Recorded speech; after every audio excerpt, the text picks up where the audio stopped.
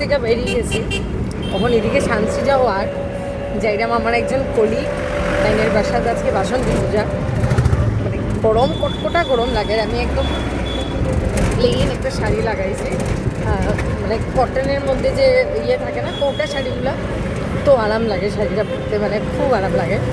দুপুরবেলা এখন প্রায় 2:30-3টার মতো বাজে, গিয়া পৌঁছি। তোমরা দেখেন বাসন্তী মার খুব ইচ্ছা আসলো মার প্রসাদ নেওয়ার।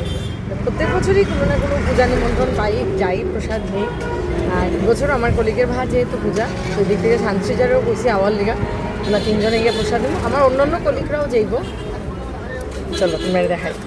যাইরাম বিবেকানন্দ রোড হইয়া, কটকটা গরম। আজকে এত রোদ উঠাইছে, বাপরে বাপরে, প্রচুর রোদ উঠাইছে।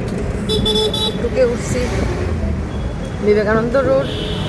এক্স্যাক্ট লোকেশনটা ঠিক জানি না, বাট অন্য কলিগরাও আমরা সব যাইরাম, তো সো মোটামুটি বেরিয়ে যাব। আর যেহেতু চৈত্র মাস, তোমরা একটা জিনিস দেখাই মজা, সব দিকে শিবগৌরী, কয়দিন করে শিবগৌরীর নাচও বেরিয়ে।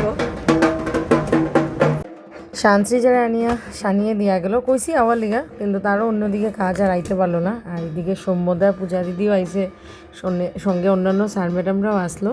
তো মায়ের মুখখানা তোমরা দেখাই, আমরা গিয়ে দেখতেছি তখন অষ্টমীর পূজা প্রায় শেষের পথে। সব দিকে আলো আলোকিত, মায়ের মানে রূপটা এত দুর্দান্ত দেখতে লাগে। মানে বাসন্তী পূজা, দুর্গা পূজা, এগুলা মানে এত জমজমাট পূজা, মানে কখন যে আয় আর মা যে কখন চুপিসারে যাইন গিয়া। যাওয়ার পর সত্যি মনটা খারাপ হয় যে 2-3 দিন মারে পাইছি, প্রসাদ নিছি, একটা হই হুল্লোড়। যার বাড়িতেই পূজা হয় না কেনে, খুব একটা আনন্দময় মানে ইয়েটা থাকে, মহলটা থাকে। তো আমরা এইদিকে সবাই একটু সময় বসলাম। তো স্যারে আমরা কইরা যে দুপুরবেলা মোটামুটি তখন 3টা বাজে গেছে, তো স্যারে কইরা চলো আমরা খাইতে যাই গিয়া। তো ওইদিকে আমি কেপি স্যারের লোকে তোমরা দেখা করাই দিব। আর এই হইলোকে আমরা কালীপদ স্যার, যার কথা মানে তোমরা কি তা কইতাম, মানে খুবই ডাউন টু দি আর্থ মানুষ, যেমনই ডেডিকেটেড, ভীষণ হার্ডওয়ার্কিং। আর স্যারের এত মানে মানে একাডেমিক এত বেশি প্রসপারিটি স্যারের, ঠাকুরের কাছে প্রার্থনা করি স্যার যেন প্রচুর বেকার মানুষরা যেন এমপ্লয়মেন্ট দিতে পারে। স্যারের নিজস্ব প্রচুর ইনস্টিটিউট আছে, ইভেন রিয়ান ইন্টারন্যাশনাল স্কুলটাও স্যারেরই নিজস্ব চালায়। সো আমরা এইদিকে বই গেছি খাইতে, পূজা দিদি, আমি, শাহানাজ, সৃজা। শাহানাজকে পূজা দিদির সঙ্গে বইছে, কারণ পূজা দিদি হলো গিয়ে আবার এদিকে রামানুজ বিদ্যা মন্দিরেরও টিচার। তো স্যার আজকে মানে শাহানাজকে আর কি একদম নয়চয় না, চুপচাপ বই গেছে আর কি খাইতে।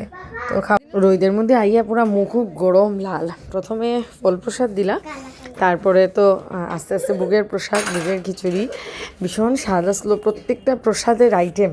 আর মায়ের যেখানে পূজা, সে যে কোনো প্রকারেরই প্রসাদ হোক না কেন, মানে অমৃত তুল্য আর কি।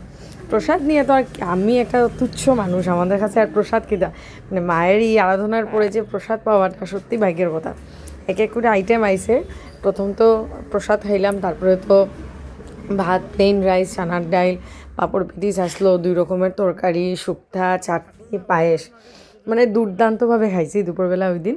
খাওয়া দাওয়া শেষ করার পরে একটু জিরাইলাম, স্যারের সাথেও একটু গল্পগুজব হলো, যেহেতু একটু মানুষজন হালকা পাতলা আসলো। তখন দুপুর মোটামুটি 4টা বাজে, সবে মিলিয়ে ফটো উঠলাম, স্যারেও শুভেচ্ছা জানাইলাম নতুন বাড়ির, নতুন ঘরের, নতুন ইনস্টিটিউটে।